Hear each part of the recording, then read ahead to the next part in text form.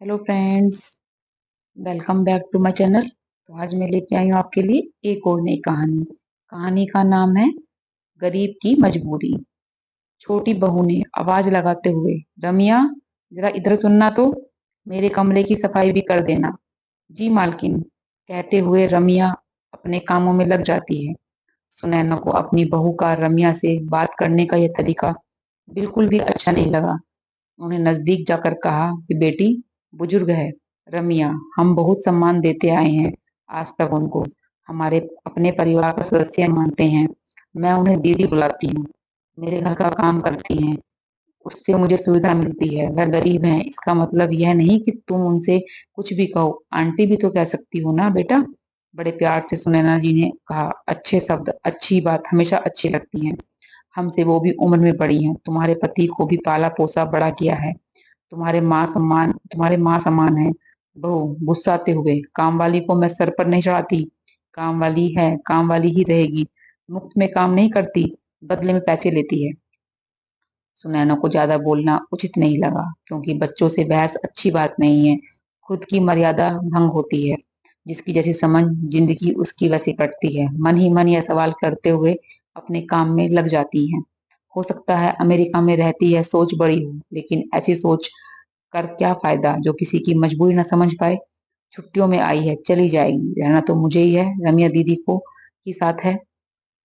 अंशु, मेरे पति का आज जन्मदिन है, मैंने रमिया से कहा है कि आज ही रुक जाना, तुम रात में थोड़ी तुम रात में थोड़ी मदद हो जाएगी। उसने सहमति से सर हिलाया। समय पर जन्मदिन मन गया, सभी सोने चले गए, रम्या भी अपने घर चली गई।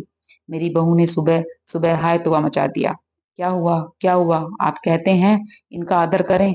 रात मैंने डायमंड वाला नेकलेस डाला था, वह गायब है। सभी सदस्य तो घर में ही हैं, सिर्फ रात को यही गई थी, पार्टी खत्म होने के बाद। ऐसे काम करने वाले को मैं अच्छी तरह से जानती हूँ कि बड़े घर में किस किस मंशा से घुसते हैं। जब पेट भूखा हो तो आदमी कुछ भी कर सकता है, जब पापी पेट का सवाल है। रमिया डर से कुछ बोल नहीं पा रही थी। एक बार हिम्मत करके बोली कि मैंने नहीं लिया है, लेकिन छोटी बहू कुछ सुनने को तैयार कहाँ थी। अंशु के साथ खेलते हुए अंशु के दादा पांडे जी गरजते हुए, घर में इतना शोर क्यों मच रहा है, सभी शोर का कारण क्या है। सारी बातें जानने के बाद पांडे जी कहते हैं, तुम लांछन लगा रही हो, पहले सच्चाई तो जान लो।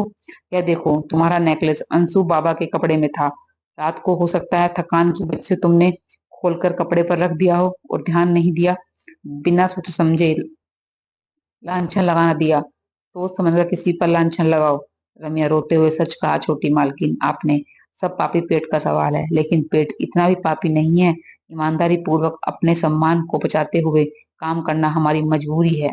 हम अपने पेट को चलाने के लिए मजबूर हैं, इसलिए मजदूर हैं। तो दोस्तों, कैसी लगी आपको मेरी कहानी? अगर मेरी कहानी आपको पसंद आई हो तो प्लीज मेरे चैनल को सब्सक्राइब करना, वीडियो को लाइक शेयर और कमेंट करना। Thank you.